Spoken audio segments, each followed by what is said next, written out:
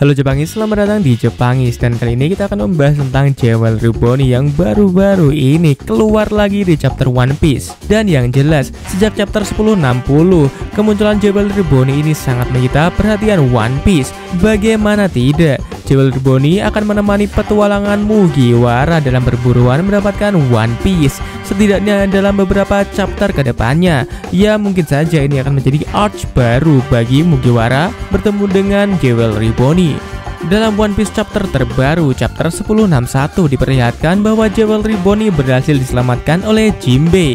Hal itu terjadi setelah kapal Mugiwara sempat tenggelam karena serangan robot hiu raksasa ciptaan Dr. Vegapunk. Luffy dan juga Chopper yang sudah diselamatkan Jinbei akhirnya menepi ke sebuah gua di dekat Pulau Egghead. Menurut Jewelry Bonnie, Pulau Egghead ini merupakan pulau milik pemerintah dunia, dan pulau ini merupakan tempat bagi seluruh kegiatan riset dari sosok jenius di dunia One Piece, yaitu Dr. Vegapunk. Dan yang menarik dari pulau ini adalah pulau ini dikatakan sebagai pulau modern 500 tahun ke depan. Dan sepertinya julukan itu memang benar. Pertama, di awal chapternya kita bisa melihat bagaimana Thousand Sunny mendapatkan serangan dari hiu raksasa yang mirip dengan hiu Megalodon. Namun hiu raksasa tersebut ternyata bukan asli, melainkan robot alias hiu buatan.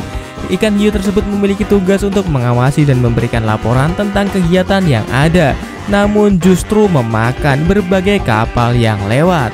Kemudian kita juga melihat robot raksasa lain yang digunakan oleh sosok wanita yang mengaku sebagai Dr. Vegapunk. Itu artinya pulau tersebut adalah pulau yang penuh dengan karya buatan Dr. Vegapunk, dan mungkin saja masih banyak cyborg yang berada di sana untuk menjaga pulau tersebut. Kembali lagi ke Jewelry Bonnie. Masalahnya, mengapa Bonnie bersikeras untuk mendatangi kediaman dari Dr. Vegapunk? Apalagi Bonnie juga mengatakan bahwa ia ingin membalas dendam, namun kita belum tahu pasti balas dendam kepada siapa. Apakah Bonnie akan balas dendam kepada Dr. Vegapunk, atau akan balas dendam kepada World Government, atau akan balas dendam kepada Kurohige? Karena seperti kita tahu bahwa Bonnie juga pernah ditawan oleh World Government.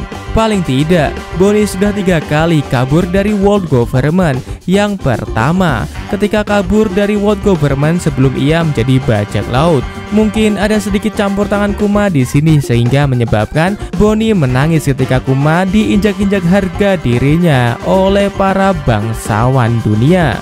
Yang kedua, setelah dibawa Sakazuki ke markas besar Angkatan Laut. Pada kasus ini Bonnie berhasil kabur dari Angkatan Laut, namun sayang karena seluruh krunya tidak mampu untuk melarikan diri bersama Bonnie. Dan yang ketiga, ia berhasil kabur setelah terjadi chaos di Merijoa. Atau jika ia tak ingin balas dendam kepada World Government, apakah ia ingin balas dendam kepada Kurohige? Apakah ia ingin mencuri Seraphim atau semacamnya, atau peralatan canggih lainnya untuk membalas perbuatan Kurohige kepada dirinya? Atau ia ingin membalas dendam kepada Dr. Vegapunk yang telah membuat Kuma kehilangan ingatan?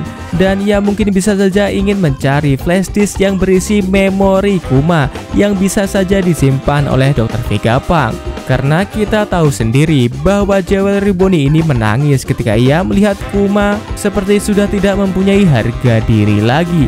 Dan mungkin saja ia akan rela mengorbankan nyawanya untuk mengembalikan Kuma seperti Kuma yang dulu kala. Dan jika memang Bonnie ini ingin Kuma untuk menjadi Kuma seperti dahulu kala, maka pantaslah banyak sekali One Piece teori yang mengatakan bahwa Jewelry Bonnie ini adalah anak dari Bartolomeo Kuma.